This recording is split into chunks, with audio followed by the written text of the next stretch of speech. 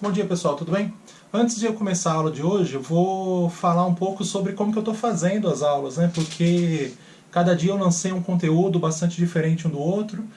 Eu estou pensando aqui em matérias do primeiro ano, no segundo ano e no nono ano, que são as 3 séries que eu dou aula este ano aqui, né, em 2020, que eu tô gravando esses vídeos. Eu fiz como playlist, então assim, tá lá separado, mas aí o que eu tô fazendo? Tô gravando um vídeo para cada série por dia, por isso que não tem essa ligação. E aí quando eu falo assim, na próxima aula eu tô pensando na próxima aula daquele conteúdo especificamente. Hoje então, no caso, é uma aula do primeiro ano, e por um acaso destino, eu não vou continuar a matéria. A última parte ali que eu falei, né, foi o meu primeiro vídeo, inclusive, eu falei sobre as guerras na Península Grega, né? Hoje a gente vai falar de antes, né? Os alunos pediram para que eu voltasse no conteúdo e falasse da formação das cidades-estados, e que vai ser o assunto que eu vou tratar na aula de hoje. Antes de qualquer coisa, então, a gente está pensando aí na Península Grega, né? A gente vai falar dessa região. E estamos falando de mais ou menos aqui o período de 1100 a.C. É um período que nós historiadores chamamos, quando a gente vai pensar na história da Grécia Antiga, de período homérico. E por que a gente chama essa época de período homérico, né? Essa época a gente vai colocar aí de 1100 até mais ou menos uns 800 a.C. Por que período homérico? Porque a gente tem pouquíssimas fontes a respeito desse período na historiografia, no caso.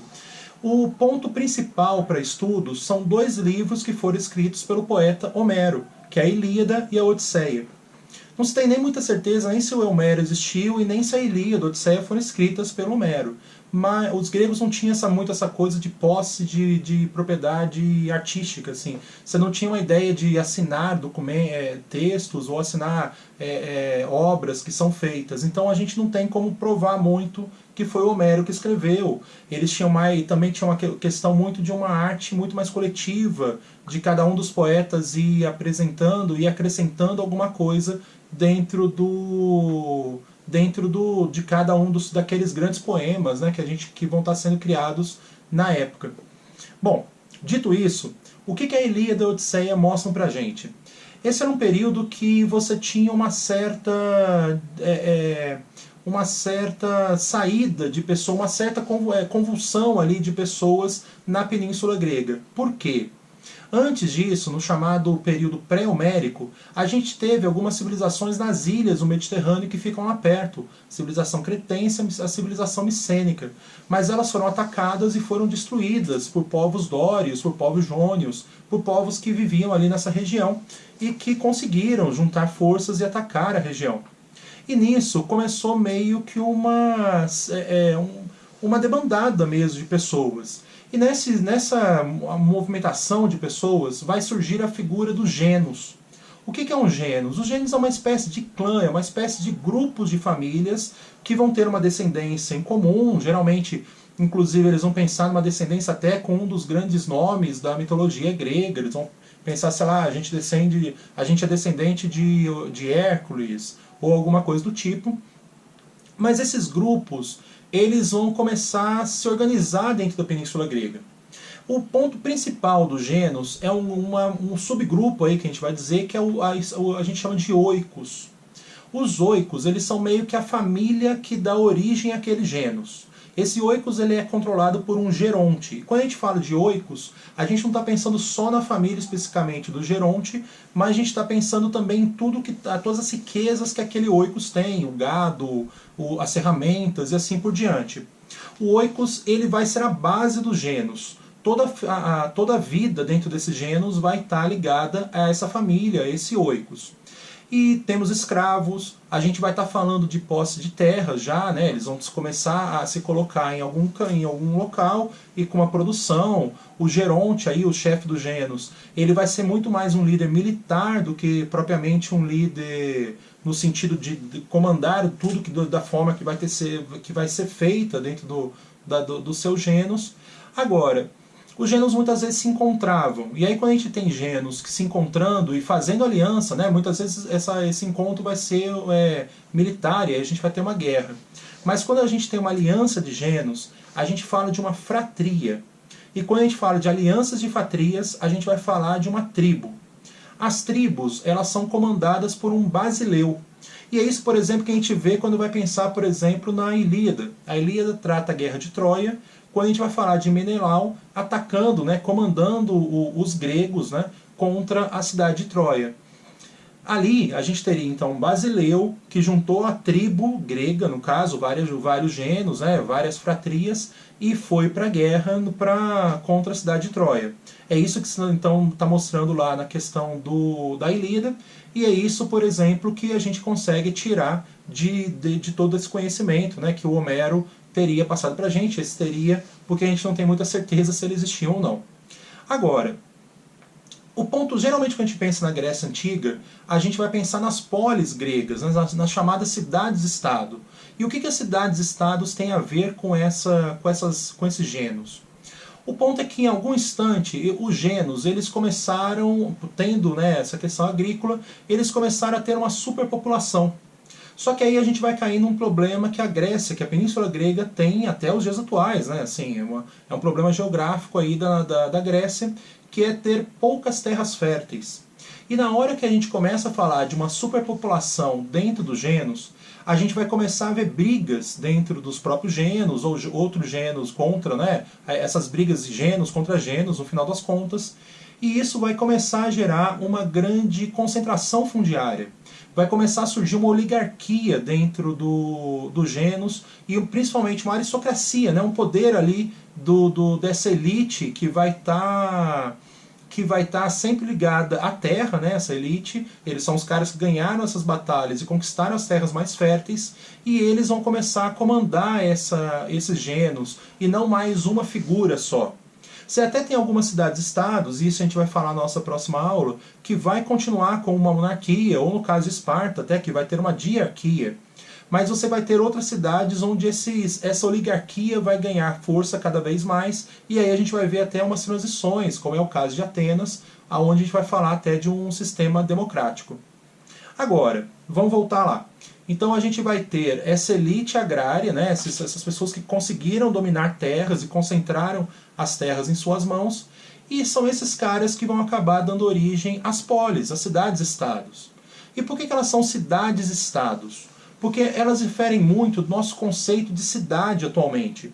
A gente pensa em cidade, pensando no Brasil, que pertence a um estado, que pertence a uma nação. Não é o caso das cidades-estados gregas. Cada uma das cidades-estados gregas era completamente independente uma da outra.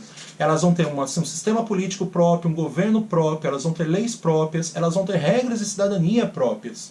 E isso é o que vai fazer com que a gente chame de uma cidade-estado. É um país próprio. Quando a gente vai pensar na Grécia Antiga, não dá nem para a gente falar em Grécia. A gente vai ter que falar em Atenas, a gente vai ter que falar em Esparta, a gente vai ter que falar em Corinto e assim por diante. Lógico que, para facilitar os estudos, a gente geralmente fala das duas principais cidades, que são Atenas e Esparta, que já vão mostrar aí os dois polos dentro, né, a oposição que as cidades-estados possam ter. A vida dentro da polis, né, um cidadão dentro de uma polis, ele tem que ter uma devoção total à cidade. Fazer parte da cidade, ter direitos na cidade, exigia essa devoção, exigia que você tivesse nascido na cidade, servisse ao exército da cidade e assim por diante. Agora, por que essas cidades conseguiram se destacar tanto? Né? A gente fala em Atenas até hoje, a gente vê lá as obras de Atenas até hoje, a grandeza que Atenas foi até os dias atuais. E por que isso foi possível? Porque essa é uma civilização que vai conseguir se expandir muito, no sentido tanto territorial, a gente vai ver várias colônias, né, que é a próxima coisa que eu vou falar daqui a pouquinho, várias colônias sendo criadas, e a gente vai ver inclusive um crescimento comercial, um poder comercial muito grande. E o ponto principal disso tudo muito baseado no trabalho escravo. O trabalho escravo era o que sustentava toda essa riqueza, todo esse desenvolvimento que a civilização grega vai estar gerando aí.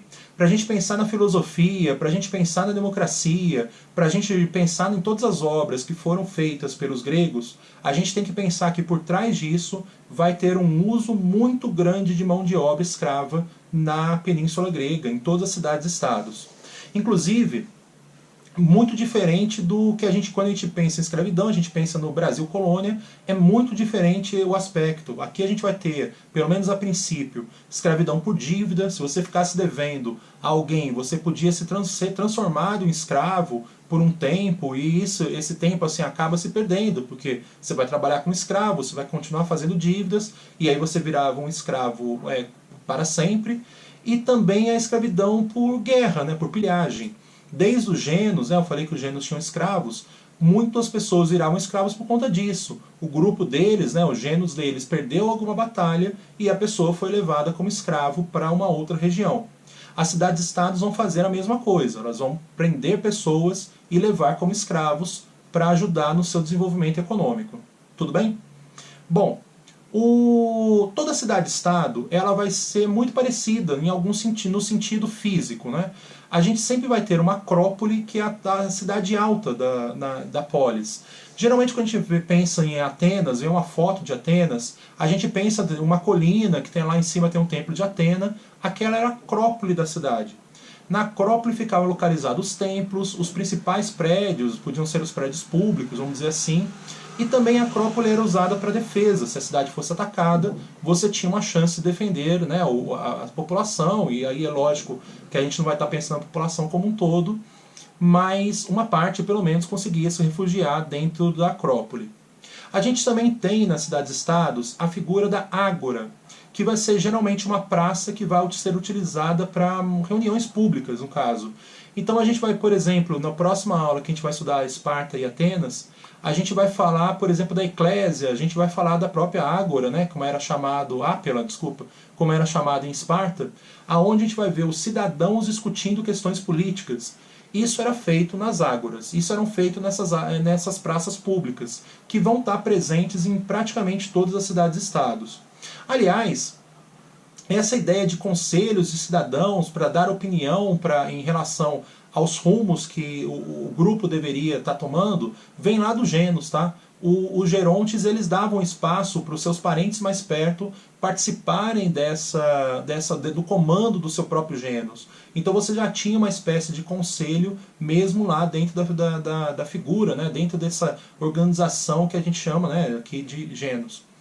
Agora, voltando aí para as cidades-estados.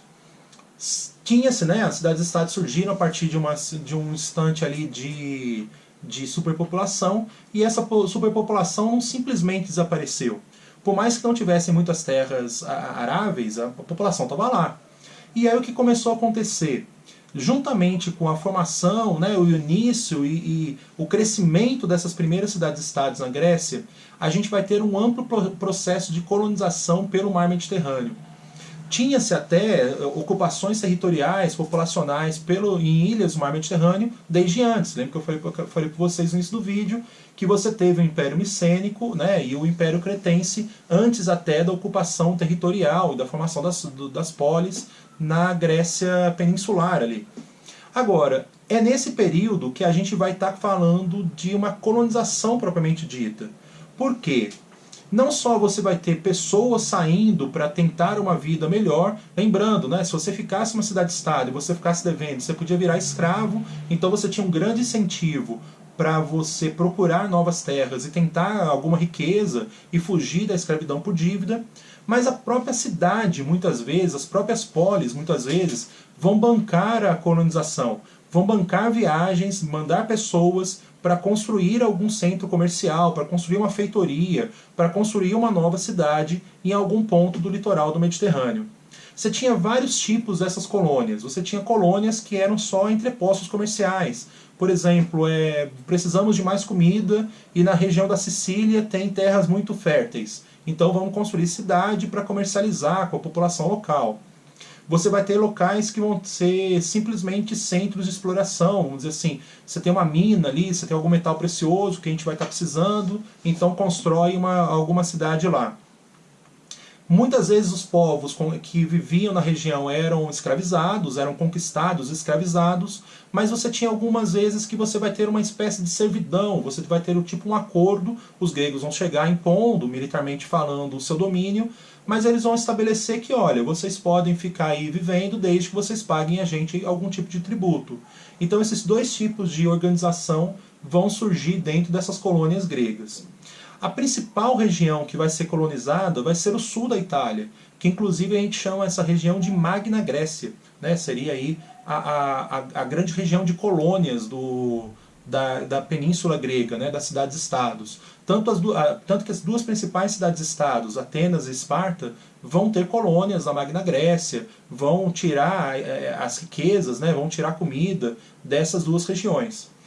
E isso vai trazer, inclusive, uma certa quebra nas políticas das cidades-estados. Por quê?